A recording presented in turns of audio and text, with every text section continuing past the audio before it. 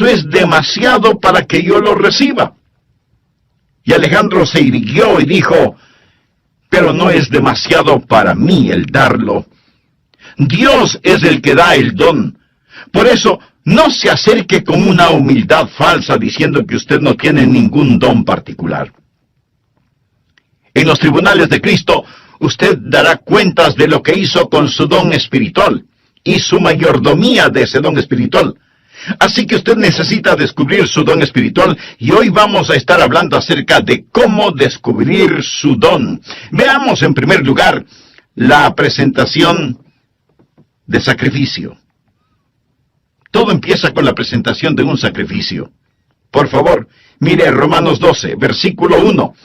Así que, hermanos, os ruego por las misericordias de Dios, que presentéis vuestros cuerpos en sacrificio vivo, santo, agradable a Dios, que es vuestro culto racional. Subraye las palabras presentéis y sacrificio, y entonces entenderá por qué hablo de la presentación de un sacrificio. Pablo escribió bajo la inspiración divina y empieza diciendo, os ruego. Usted sabe lo que significa rogarle a alguien. Significa suplicarle. Y puesto que Pablo escribió por Dios mismo, casi es como si Dios estuviera de rodillas delante de nosotros, rogándonos. Esta es la oración de Dios hacia nosotros. Cuando oramos a Dios y le decimos, Señor, te ruego, Señor, por favor. Bien, si no oímos la oración de Dios hacia nosotros, ¿por qué Dios debe oír nuestra oración a Él? Nuestro Señor está diciendo, os ruego que presentéis vuestros cuerpos en sacrificio vivo. ¿Por qué? En base a las misericordias de Dios. Él es bueno siempre, ¿verdad? Oh, gracias a Dios por sus misericordias. Cuando éramos rebeldes y estábamos bajo maldición e íbamos rumbo al infierno, cuando estábamos en oscuridad y no entendíamos, Él por su misericordia nos buscó, nos salvó, nos guarda, nos satisface, somos suyos, nos compró con su sangre. Escúcheme cuidadosamente. La consagración no es dar a Dios algo. La consagración es quitar sus manos de lo que ya le pertenece a Dios. Usted no es su dueño, usted sencillamente quita sus manos de este. Usted no puede decir, es mi vida, no lo es. Usted no es su dueño. Fue comprado con un precio y debemos ser un sacrificio vivo. ¿Qué significa que debemos ser un sacrificio vivo? Permítame decirle lo que significa. En primer lugar, va a ser diferente a cualquier sacrificio animal del Antiguo Testamento, porque ningún sacrificio animal fue voluntario. Usted se ofrece, se presenta. ¿Lo ha hecho alguna vez? Simplemente ha dicho, heme aquí, Señor, me presento a ti, soy un voluntario. Todo lo que tengo es tuyo. Wilbur Chapman fue un gran evangelista, y él le preguntó al general Wood, el fundador del Ejército de Salvación, General, ¿cuál es el secreto de su vida? ¿Por qué Dios lo ha usado tanto? El general Wood pasó su mano por sus blancos cabellos, pensó por un momento y luego contestó, Dios tiene todo de mí. Ha habido hombres más inteligentes, enormes oportunidades, pero yo desde el día que tuve la visión de lo que Dios podía hacer por la pobre y antigua ciudad de Londres, determiné en mi mente que Dios poseería todo de mí, de William Booth. Permítame preguntarle, ¿alguna vez le ha dicho eso a Dios? Dios, aquí estoy. Puedes tener todo lo que soy. Me presento voluntariamente como un sacrificio, sabiendo que eso significa que soy desechable. Todos mis planes y metas, así como las llamadas posesiones, los sacrifico, Señor, a tu sangre. ¿Esto no le parece extraño a usted? Bueno, lo es para la gente moderna. Queremos tomar nuestro cristianismo y fijarlo a nuestra vida regular. Queremos defender nuestra vida, nuestros derechos. permítame decirle lo que le sucedía a un sacrificio en el Antiguo Testamento. Era degollado. Por lo tanto, no más planes propios. Se lo ponía en el altar, y toda vez que era un sacrificio de sangre, había la tendencia de que el sacrificio se resbalara del altar, por lo que usaban 2 ganchos llamados ganchos de carne. ¿Sabe usted qué es lo que le sujeta al altar? ¿Tiene usted la tendencia de resbalarse del altar? Bueno, yo la tengo. Hay 2 ganchos que lo mantendrán en el altar: disciplina y devoción. Y para pertenecer al Señor Jesucristo, eso es lo que debe hacer, presentarse como sacrificio vivo. Pero la mayoría de nosotros no queremos usar esos ganchos, disciplina y devoción, que nos mantendrán en el altar del sacrificio. ¿Sabe lo que el creyente promedio dirá al respecto? Yo no quiero estar obligado a nada. Me uniría a la iglesia, pero no quiero estar obligado a nada. Puedo prometer una ofrenda de amor, pero no quiero estar obligado. Quiero ser libre. No, mi amigo. Esto no es un sacrificio. ¿Y qué es lo que le pasaba al sacrificio en el Antiguo Testamento? Era consumido, era quemado. ¿Sabía que usted nunca adorará a Dios verdaderamente hasta que sea consumido? ¿Alguna vez ha sido consumido por el fuego santo de Dios? Eso es lo que Pablo está diciendo. Pero algunos de ustedes objetarán diciendo: un momento, pastor, por favor. Yo no quiero hacer todo eso. Solo quiero que me diga cuál es mi maravilloso don espiritual. Bueno, Pablo se lo va a decir. Pero verá, mi amigo, primero debe haber una presentación sacrificial, o sea, la presentación de usted mismo. Usted dice: Pastor Rogers, si yo hiciera eso, ¿quién sabe lo que Dios quisiera que yo haga? Suponga que usted tiene un hijo, jovencito, y suponga que un día su joven hijo viene y le dice: papá, he estado pensando, tú eres tan sabio, amoroso y bondadoso, y tienes tanta experiencia. Por eso, me parece que lo mejor que puedo hacer es pedirte consejo. Y lo que tú me digas que debo hacer, eso es lo que haré. Y lo haré de todo corazón. Dime qué quieres que haga, dónde quieres que vaya, qué deseas que estudie, quiénes quieres que sean mis amigos. Lo que me digas, lo haré. Y usted piensa: mi hijo debe tener calentura. Pero suponga que en verdad quiere hacer lo que usted le pide. Así que usted va donde su esposa y le dice: parece que a nuestro hijo lo tenemos en las manos. Él se va a arrepentir de haberme dicho que hará cualquier cosa que yo le pida. ¿Procedería usted así? Creo que no. Lo más probable es que si usted estuvo pensando en regalarle un carrito, aunque sea usado, lo que su hijo le manifestó inclinará un poco más aceleradamente la balanza. ¿No le parece? Es la manera que él tiene de decirle: papá, yo sé que me amas. Usted se presenta a sí mismo como sacrificio vivo y comprobará cuál sea la buena voluntad de Dios, agradable y perfecta. No tenga miedo de entregarse a Él, ni de decir: heme aquí, Señor, me entrego totalmente a ti. Ese es el primer principio, la presentación de un sacrificio. El segundo principio es: habrá una transformación espiritual. Después de la presentación viene la transformación. Mire por favor el versículo 2. No os conforméis, es decir, no se dejen amoldar a este siglo, sino transformaos por medio de la renovación de vuestro entendimiento, para que comprobéis cuál sea la buena voluntad de Dios, agradable y perfecta. Una transformación. La palabra transformación aquí es una traducción de la palabra griega metamorfo.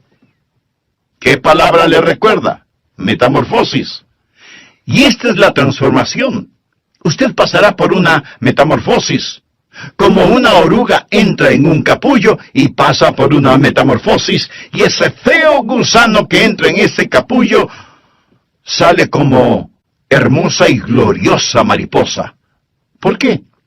Porque ha pasado por una metamorfosis que literalmente significa un cambio de forma. Y cuando usted se presenta de esa manera a Dios, amigo, usted va a tener una metamorfosis. La palabra describe literalmente lo que pasa cuando la naturaleza interna sale a la superficie. ¿Cuál es la naturaleza interna de esa oruga? Es una mariposa. ¿Sabía que esta es la palabra que se usó cuando Jesús fue transformado en el monte de la transfiguración? ¿Recuerda la historia? Él subió a esa montaña con Pedro, Santiago y Juan, y allí la Biblia dice que él fue transformado, transfigurado. Es exactamente la misma palabra que se usa aquí. Por ello, se le llama el monte de la transfiguración. Jesús pasó por una metamorfosis. ¿Recuerda lo que dije que es una metamorfosis? Es cuando la naturaleza interna sale a la superficie. ¿Cuál es la naturaleza interna de Jesús? Gloria. Cuando Él pasó la metamorfosis, su gloria salió a la superficie. Su rostro resplandecía como el sol de mediodía. Su vestidura era blanca como la nieve. El fulgor del Señor Jesucristo estaba allí siempre, pero lo que estaba en la naturaleza interna pasó por una metamorfosis. Y la naturaleza interna salió a la superficie como la naturaleza interna de una oruga, una mariposa. La naturaleza interna de Jesús es gloria. Una pregunta. ¿Cuál es su naturaleza interna si es salvo? Jesús. Jesús. Él es su naturaleza interna. Y cuando usted se presenta a Él como un sacrificio vivo, una transformación espiritual toma lugar. El Jesús que es residente en usted se convierte en el Jesús presidente en usted. El Jesús escondido en usted es el Jesús revelado en usted. Y hay un cambio divino y usted no es moldeado por este mundo. Y este mundo que camuflaría, borraría y escondería su naturaleza interna, esos grilletes se rompen.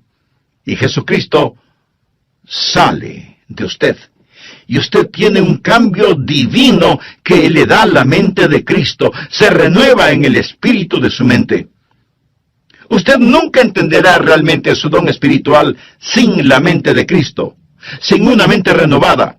Y si usted está intentando descubrir su don espiritual sin presentarse voluntariamente como sacrificio, con razón que no sabe cuál es su don espiritual.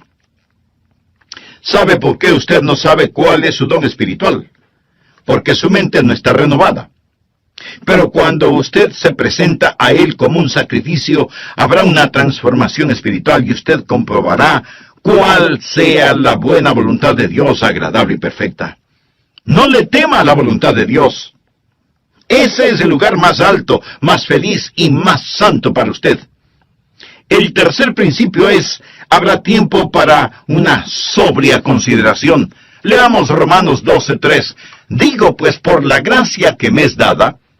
Recuerda lo que es la palabra gracia. Es caris.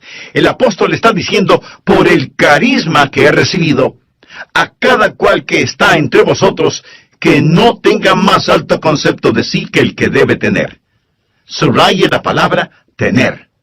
Sino que piense de sí con cordura, conforme a la medida de fe que Dios repartió a cada uno. Note el énfasis de Pablo en las palabras tener y pensar. No estamos hablando de que Él, Jesús, va a renovar nuestra mente. Bien. ¿Qué es lo que usted haría con una mente renovada? Puedo sugerirle que piense. Tal vez algunos de ustedes crean que es erróneo el pensar. Piensa que cuando usted se volvió un creyente, puso su mente en neutro, y que debe vivir solo con estremecimientos espirituales. ¡No! Dios renueva su mente para que usted pueda pensar con esa mente renovada. Hablamos de descubrir su don espiritual y usted debe pensar. Ahora, ¿cómo o qué piensa de usted mismo? Quiero que haga un inventario de usted mismo. Olvídese por un momento de mí y solo piense en usted. ¿Cómo debe pensar? Bueno, miremos la respuesta en el versículo 3.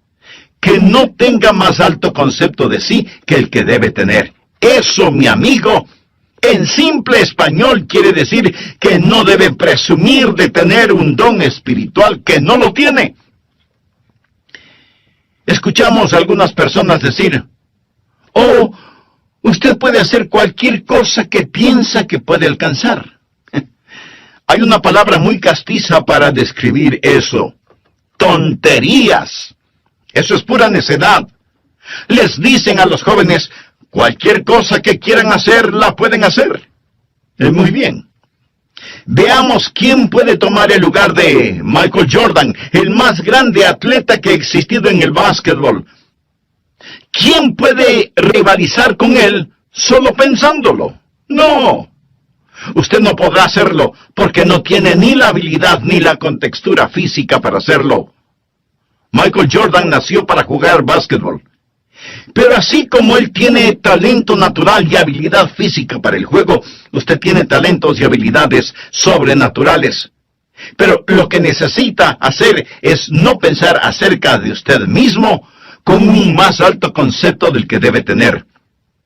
No hay que tener una falsa humildad. Miremos nuevamente Romanos 12:3.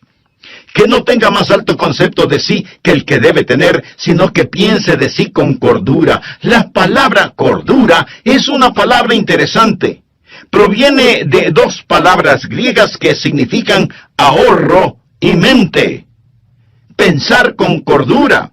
Decir, soy lo que soy por la gracia de Dios. Así que no vaya por ahí diciendo que usted no tiene ningún don espiritual.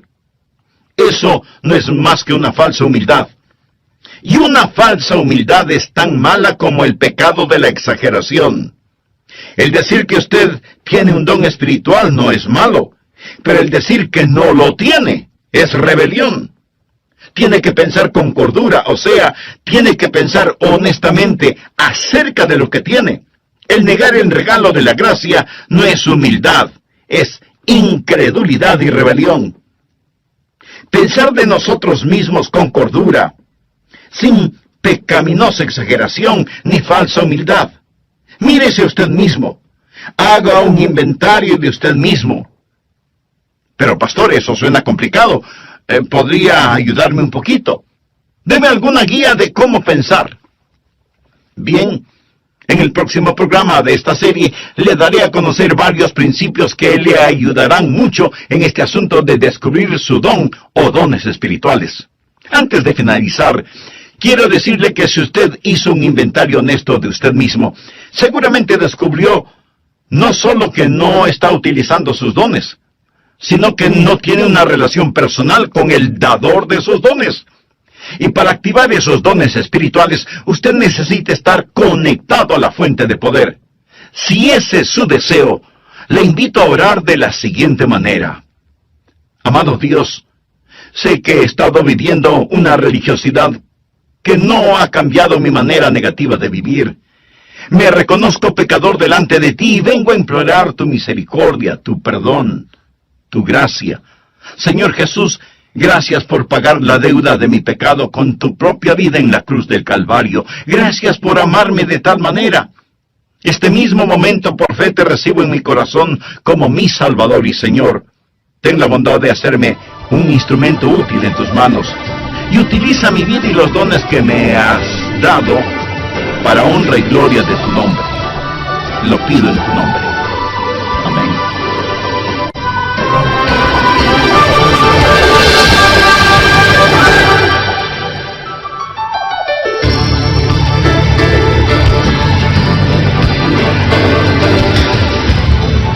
Suponga que su hijo tiene una extraordinaria habilidad para la escultura, pero usted lo presiona para que sea un abogado. Si llega a serlo, será un pésimo abogado, cuando pudo haber sido un brillante escultor. Y habrá enojo en ambos, en su hijo porque usted no le dejó ser escultor, y en usted porque se avergonzará de tener un hijo que es mal abogado. Los ejemplos abundan en las familias y aunque usted no lo crea, en las iglesias. En vez de dejar que las personas hagan aquello para lo cual Dios las ha equipado y les ha dado un don, tratamos de frenarlas en las áreas en las cuales sobresalen y las inflamos en áreas para las cuales no tienen ningún don. Dios le ha dado a usted un don particular y hoy terminaremos de estudiar cómo descubrir su don espiritual. Bienvenidos a El Amor que Vale, con el pastor, maestro y autor, Dr. Adrian Rogers, supliendo las necesidades de la gente con la verdad de la palabra de Dios, trayendo personas a Cristo, transformando vidas alrededor del mundo y ayudándole a usted a descubrir el poder del amor más grande, el amor que vale. A continuación, un edificante mensaje del Dr. Adrian Rogers en la voz del pastor Lenín de Llanón. Un muy atento saludo para todos ustedes, apreciados amigos de nuestro programa El Amor que Vale. Quiero compartir con usted varios principios que le ayudarán a descubrir su don espiritual. Primero, el principio de la iluminación. Verá, el Santo Espíritu de Dios que está en usted iluminará su mente. Esta es la parte mística de este asunto. Quiero decir, no hay una fórmula matemática. El Espíritu Santo de Dios empezará a hablar a su corazón. Así lo hizo cuando me llamó para que predicara su palabra. Ese es el ministerio de iluminación. Segundo, el principio del gozo. Cuando usted siente que el Espíritu de Dios lo mueve a que haga algo, eso es iluminación, y usted lo hace, va a sentir gozo. De paso le diré que sea que lo note o no en mi voz, yo siento gozo en hacer lo que estoy haciendo este momento, predicar la palabra de Dios. Siento mucho gozo predicando, y usted tiene que preguntarse a usted mismo, ¿qué es lo que en realidad me gozo en hacerlo? ¿Ha escuchado el relato de la escuela para animales? El caso es que los animales tenían una escuela en donde se les enseñaba a correr, a trepar, a volar y a nadar. Y cuando el pato ingresó en esa escuela, era formidable nadando. Volando no era tan bueno, y era muy malo para trepar y correr. Así que como era muy bueno nadando, no le dieron clases de natación. Y más bien lo pusieron en la pista atlética para que corriera y corriera y corriera. Después de un tiempo, se volvió pésimo nadando y su correr no mejoró. El águila también entró a la escuela y era fantástico verle ascendiendo y alcanzando la copa de los árboles. Pero dijeron que no lo estaba haciendo en la forma correcta. Así que le llamaron la atención por eso y le ordenaron que recibiera lecciones de natación. Al águila no le gustó recibir esas lecciones y se volvió rebelde, por lo que le expulsaron de la escuela. Luego vino a la escuela el conejo, quien era increíble corriendo. De hecho, le encantaba correr, pero no era tan bueno en el resto de cosas. Era malo nadando y no le gustaban las clases de natación. Tampoco le gustaba el trepar a los árboles, y después de unos días, el pobre conejo tuvo un ataque de nervios. Luego vino la tortuga. Uno debe sentir pena por la tortuga. No podía correr, no podía nadar, no podía volar, no podía trepar, y los animales dijeron, ¿qué de bueno puede hacer la tortuga? Así que le quitaron su caparazón para que fuera un poco más rápida caminando, hasta cuando un caballo la pisó. Y ese fue el final de la pobre tortuga. Al fin de cuentas, la escuela para animales fue un completo fracaso. Usted dirá, pero eso es ridículo. Mi amigo, eso es exactamente lo que estamos tratando de hacer en las iglesias en nuestros días.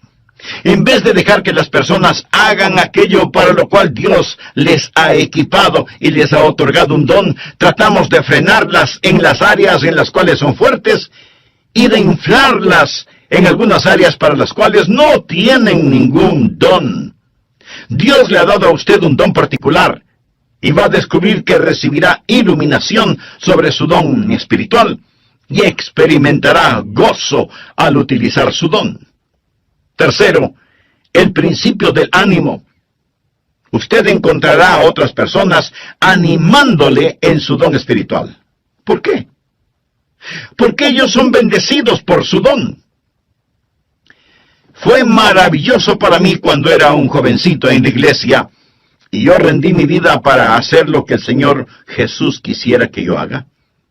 Escribí en un pedazo de papel: aquí estoy, Señor, para lo que tú quieras que yo haga.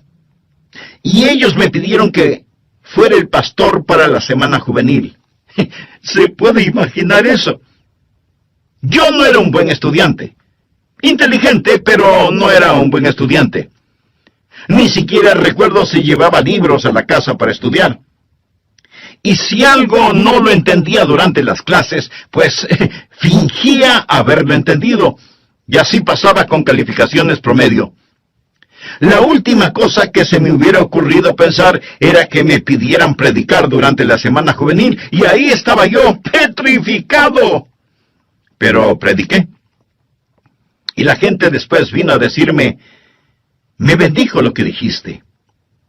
Estuvo bueno. Debes predicar otra vez. Al principio pensé que me lo decían por pura cortesía.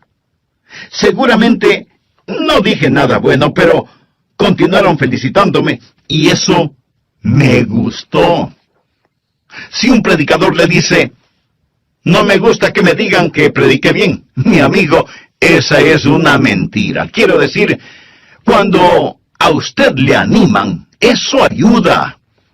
Entonces hay iluminación, hay gozo y hay ánimo. Cuarto, el principio de la participación compartida. Romanos 12, versos 4 y 5. Porque de la manera que en un cuerpo tenemos muchos miembros, pero no todos los miembros tienen la misma función. Eso es, no todos hacen el mismo trabajo. Así nosotros, siendo muchos, somos un cuerpo en Cristo, y todos miembros los unos de los otros. Ahora necesitamos aprender que cuando nos presentamos nosotros mismos a Jesús, también nos presentamos el uno al otro. Debe haber una participación compartida. Cuando usted pertenece a Cristo, también me pertenece a mí. Y cuando yo pertenezco a Jesús, también le pertenezco a usted. Recuerde que la iglesia es su cuerpo, no es una organización con Jesucristo como presidente. Es un cuerpo con Jesucristo como la cabeza y todos nosotros somos miembros de ese cuerpo.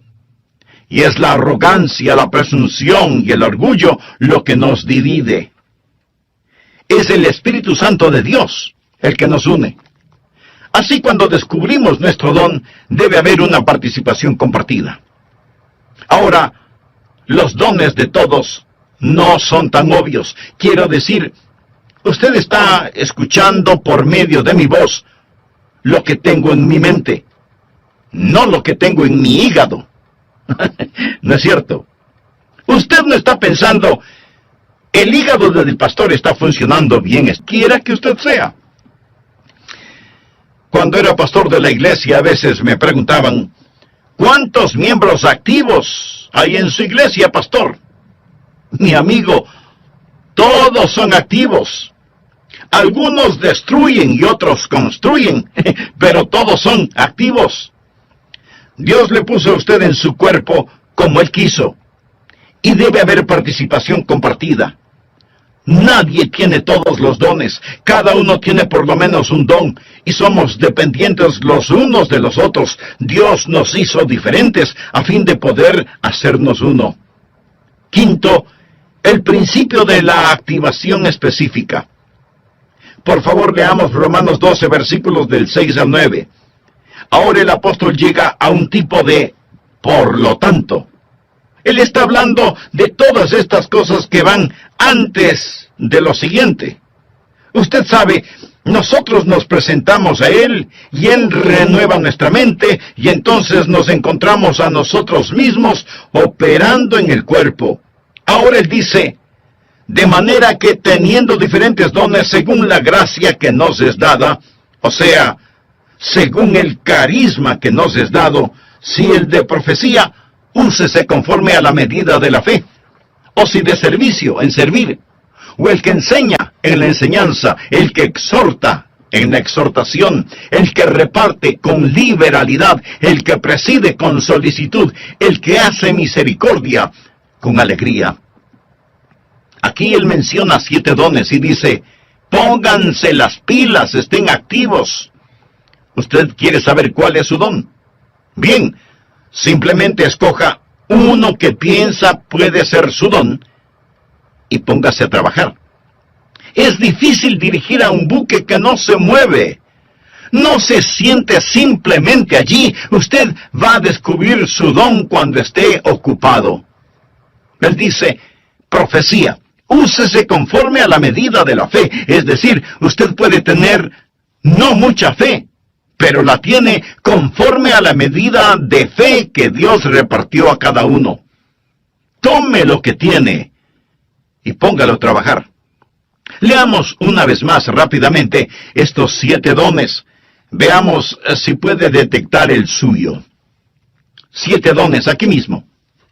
Primera de Corintios capítulo 12 menciona más dones, pero aquí en Romanos 12, primeramente habla acerca de la profecía en el versículo 6. ¿Lo ve usted? Mírelo, bien. ¿Qué es profecía? El don de profecía es declarar la verdad. Si usted tiene el don de profecía, se encontrará, por ejemplo, sirviendo en el ministerio de las prisiones, trabajo misionero. Se verá quizás enseñando una clase. Pero usted se va a encontrar enseñando, usted va a tener un deseo de poner persuasión y será persuasivo, y usted moverá a las personas a la acción. Y luego menciona en el versículo 7, servicio. Esa es otra palabra para el ministerio. Y usted va a encontrarse, si ese es su don, haciendo lo que tantas personas hacen tras bambalinas en las iglesias. Y eso es satisfacer necesidades espirituales de una manera práctica. Es trabajo dentro de la iglesia, en actividades de acuerdo al don que tiene. Ayer asistí a un programa de actividades. 2 de mis nietos estaban jugando baloncesto. Allí se fue todo el día sábado. Pero fui a estos juegos de baloncesto y me bendijo tanto ver a esos entrenadores allí. Ver a esas personas que trabajan para que estos niños desarrollen carácter. La escuela dominical es el aula. El programa de actividades es el laboratorio donde pone la enseñanza en práctica. Y qué cosa tan maravillosa es cuando cada uno cumple con su don de servicio. Y luego menciona el don de enseñar. Mire el versículo 7. Si usted tiene este don, deseará clarificar la verdad. Es decir, usted tendrá un deseo de investigar las cosas y validar la verdad que es presentada. Y tendrá una mente interrogatoria y será usado en la escuela dominical y será usado en las organizaciones misioneras, en estudios bíblicos en los hogares, escuelas vacacionales y así por el estilo. Y después menciona la exhortación en el versículo 8. ¿Qué es exhortación? Es el deseo de estimular a las personas en su fe, para exhortarlas a amar mejor a Jesús. Y si usted tiene ese don, va a disfrutar la consejería personal. Usted quizás va a estar en el ministerio de música, o quizás en visitación, buscando a los que están perdidos o descarriados, ganando almas. El ministerio de motivación. Eso es exhortación. Y luego menciona repartir o dar. A todos se nos manda dar, pero algunas personas tienen el don de dar. ¿Y qué es eso? Es la motivación de encomendar a otros los recursos personales para que la obra de Dios pueda continuar. Sabe tomar decisiones buenas para satisfacer necesidades inmediatas. Usted tiene cuidado al dar, pero está deseoso de dar y tiene la habilidad de acumular y dispersar los recursos. Y hay personas en nuestras iglesias que tienen el don de dar. Y doy gracias a Dios por eso. Y continúa en el versículo 8 con presidir. Quizá ese sea su don.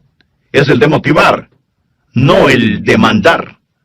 es coordinar las cosas y ayudar a las personas a ver todo el panorama y moverlos hacia esa visión.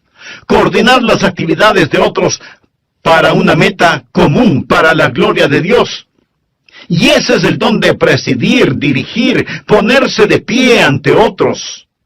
Una persona que tiene este don también tiene el don de visión. Él ve hacia donde debemos ir y empieza a llevar y a motivar a las personas hacia eso. Luego tenemos el don de misericordia. Quizá ese sea su don. En una consideración solemne. Señor, ¿qué quieres que yo haga? ¿Sabe cuál es el problema con muchos de nosotros? Los ganchos de carne. No queremos estar atados. Usted dice, bueno, deje que otro lo haga. Cuando estuve en Londres fui a ver las joyas de la corona. Le dije al guardia, deseo ver el diamante de Curano, porque había leído de este, así que vi el diamante de Curano. Este diamante es de 186 quilates. Señoras, esa sí que es una piedra preciosa. Y en ese tiempo ellos dijeron que costaba la mitad de todos los gastos diarios del mundo. Esto fue antes de que fuese cortado y se lo diera forma. Está en las joyas de la corona. Le fue dado a la reina Victoria por un príncipe de Punjab, un jovencito que lo tenía en su posesión. Él se lo dio a la reina de Inglaterra. Después, este príncipe de Punjab se convirtió en un hombre. Él fue a la torre donde guardan las joyas y dijo, quiero ver el diamante. En ese entonces él era ya un hombre. Lo había regalado cuando era un niño. Ellos se preguntaron, ¿qué querrá? ¿Querrá que se lo devuelvan? ¿Va a pedir que se lo regresen? Y sacaron ese diamante porque él fue el que lo obsequió. Él dijo, podrían ponerlo en mis manos. Y ellos pensaron, oh no, pero lo pusieron en sus manos. Y entonces él se volvió y dijo a la reina que estaba allí, cuando era un niño le di esto, pero tenía la mente de un niño. No entendía completamente todo lo que estaba haciendo. Ahora, como un hombre, entendiendo más el valor total de este diamante, una vez más quiero regalárselo. Cuando oí eso, dije, Señor, tú sabes, cuando era un niño, di mi corazón a Jesús, y ahora soy un hombre. Yo no entendía todo lo que estaba haciendo, mas fue de corazón. Pero una vez más, quiero darte mi vida.